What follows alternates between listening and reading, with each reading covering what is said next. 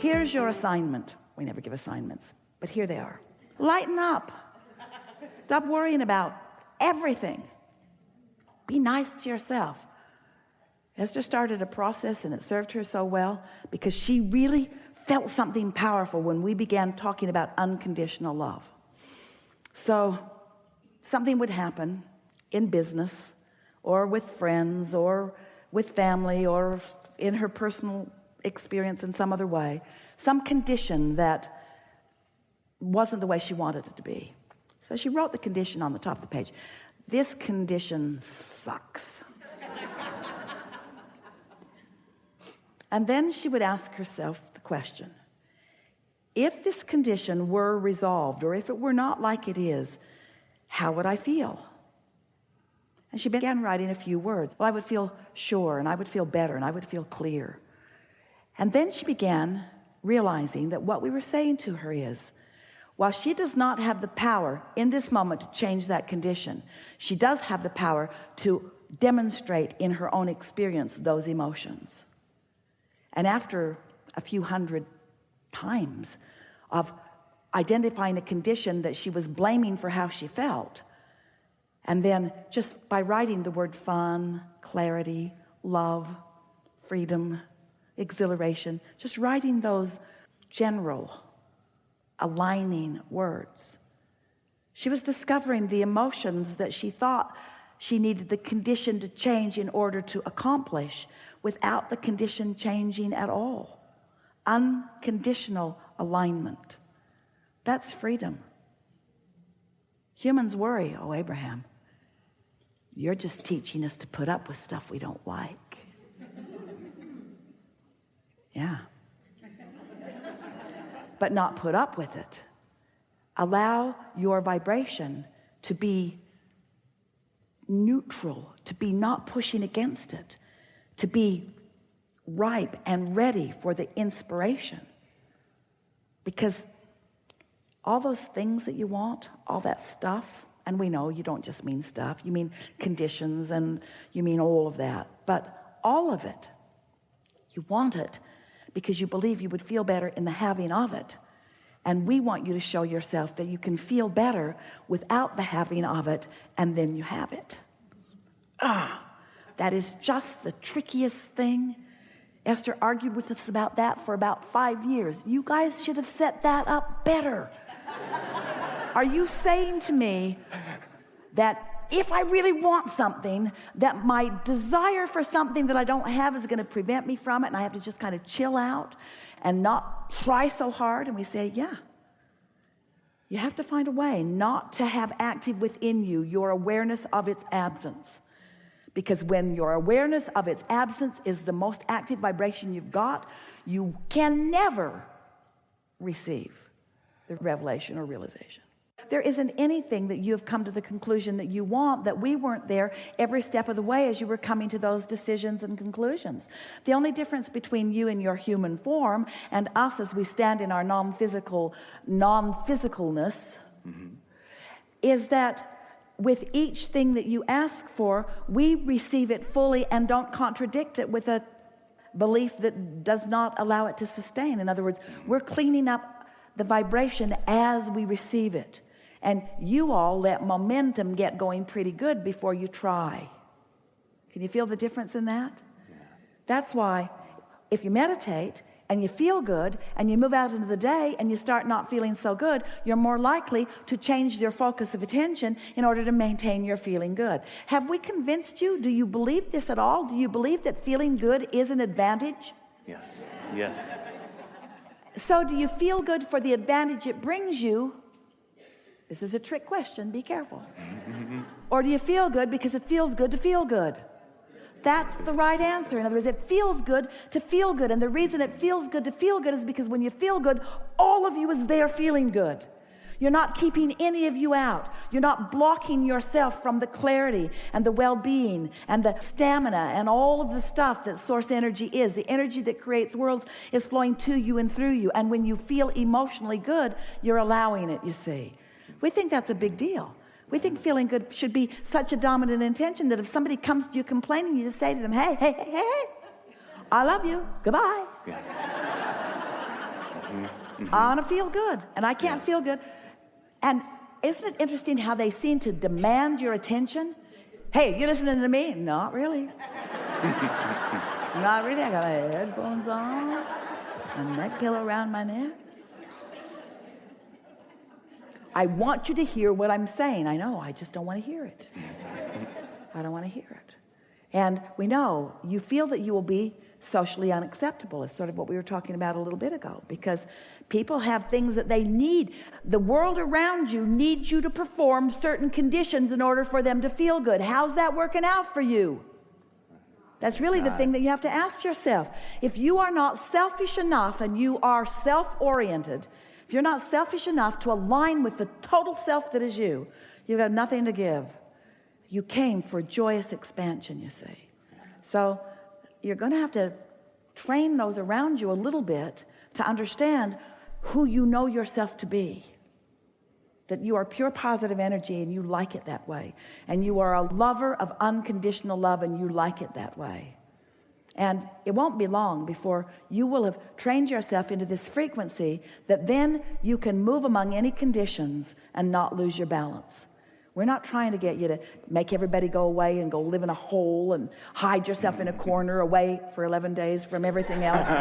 We're not trying to get you to do that. What we really want you to do is to find your balance and then get out there with a vibration that is so well practiced that it doesn't matter what comes your way, your alignment with source energy is dominant. You know, that's what's going on your planet. You freak each other out unnecessarily. But your planet is spinning in its orbit in perfect proximity to other planets and will continue to be so longer than you can do the math. The becoming of this time-space reality is improvement. You are not devolving, you are evolving. Source energy is with you, you see. Now you can find nitpicking things and use them as your reason to deprive yourself of your share of this alignment that's right there flowing to you and through you. But enough of you cannot get pinched off from it to have any effect on the well-being that is dominant. You can only deprive yourself of it. You will never deprive the whole. I'm finding a way to achieve a vibrational mood or atmosphere because I care about how I feel, first and foremost. And in doing so, in the absence of resistance, my vibration raises to the frequency of the source within me who knows all that I've become and leads me directly to it. That's how things come out of thoughts. In other words, they're not being shipped in from other planets. It's not about somebody else gathering it up and handing some of it to you. It's about you allowing yourself a vibrational frequency that helps you to realize. You've all had the experience. Happens to Esther on a pretty regular basis. There's something that she's looking for and she can't remember where it is. She's spread out all over a lot of places. And so she will focus on it and she'll try to remember where it is. Try to remember, where did I put that? When did I last use it? But then she'll just relax and remember somebody knows where it is. The source within her knows where it is. But you can't find something that's lost. Because when you perceive that it's lost, you cut yourself off. You create an atmosphere or mood that doesn't give you the revelation, that doesn't let you realize where it is. It's exactly the same thing. So she'll just relax and she'll say, oh, Abraham knows where it is. And within a minute or two, she's got her hands on it. But we didn't say to her, she wasn't in a place where she could hear us say, it's over there, or it's in that room, or it's under that. It's that, oh, I think I'll go in there for this other reason. And oh, I think I'll go over there for this other reason. She's always on her way to something else that was easy for us to lead her to, because it's not easy to lead her to what's lost. So that's why we love you so much. Your paths are so convoluted. You could be led directly to what you want, but you're so sure you can't have what you want that we have to take you around and around and around and around. Oh, you believe that, or you believe that, or you believe that, or you believe that, or you believe that, or you believe that, or you believe that, or you believe that, or you believe that. Oh, looky there. Oh, looky there. Who knew? We knew. Esther says that on a pretty regular basis. Who knew? And then she hears us say, we knew. We knew. We knew. And you can know too. So we've gone to a place that we have not been before. And we want to recap because you all, whether it's your first time here or not, you are all up to speed with what just happened here. So let's talk about what just happened here. Your source energy in physical bodies, and you had plenty planned before you got here, that is all still available to you. You got here, you sifted through contrast, you put more in there, more details about what you want. And Source became every bit of those details and is shining a vibration, shining a light, so to speak, about all that you have become. If you're feeling negative emotion in any moment, it's because you've become something that you're not quite letting yourself be. You're not ever going to feel good until you let go of whatever it is that's keeping you from letting yourself be it and be it. In other words, that was the go with the flow phase of our commentary. In other words, just let go. Let the vortex take you in. It will, you see. So now we're saying to you that there's so much that you are observing. That's why you feel like you got to go away for 11 days and deprive yourself of the sensory that is around you. There's so much that is around you. There are so many conditions that you are letting control your vibration.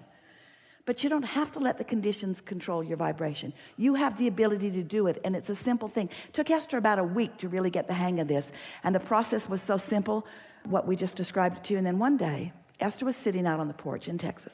She's looking out across the pool, looking at it through the eyes of Source, looking at some statues, some cranes that had been crafted by a magnificent artist who lives near here. So she's looking at these beautiful cranes and just turning inside out with her pleasure of them. And then at the pool and the water flowing and the oak tree and the cardinals sitting in the oak tree. She was turning inside out. She was in a state of rapturous bliss. It was indescribable, as you can tell, as she is even now trying to find words that help you sort of get a sense of how wonderful it all felt. And she sat there, and then it sort of subsided as her focus began to drift a little bit. And then she thought, Abraham, I need to talk to you about this, because are these not lovely conditions that are producing this emotion within me? Prettiest sculptures, most lifelike and beautiful anywhere on the planet. Isn't that the reason I feel like this? And this oak tree that is 200 years old, that the house was built around, isn't that a condition that is part of the reason I feel like this? And this swimming pool in its perfection, aren't these conditions the reason I feel like this? And we said, you felt like that before you perceived these conditions in this way. There's a big difference there. And she knew what we meant because she had never felt that way about any of these things before. Those cranes have been standing right there for 3 years. That tree has been there for 200 years, and she's been part of it for the last 7 or 8. In other words, the swimming pool's been there for 5 years. These things have been there for a long time. These conditions have been there for a very long time, and she never felt that way about them before, because she got to that vibrational state before she perceived them, you see. That's what you're talking about. Unconditional love. Finding alignment and then talking. That's why you're going away for 11 days. To find alignment and then go talk to people. Yeah. We've enjoyed this interaction more than words can explain. And we want you to know that these thoughts have never been before unto all of the universe. We've stepped into new places as a result of who you are. The universe has expanded as a result of this combination of thoughts and desires and beliefs. This expansion is what we all live for. In other words, we are eternal beings, all of us. We will never cease to be. And since we never cease to be, there's no place we're trying to get. All of that that we think we're going to,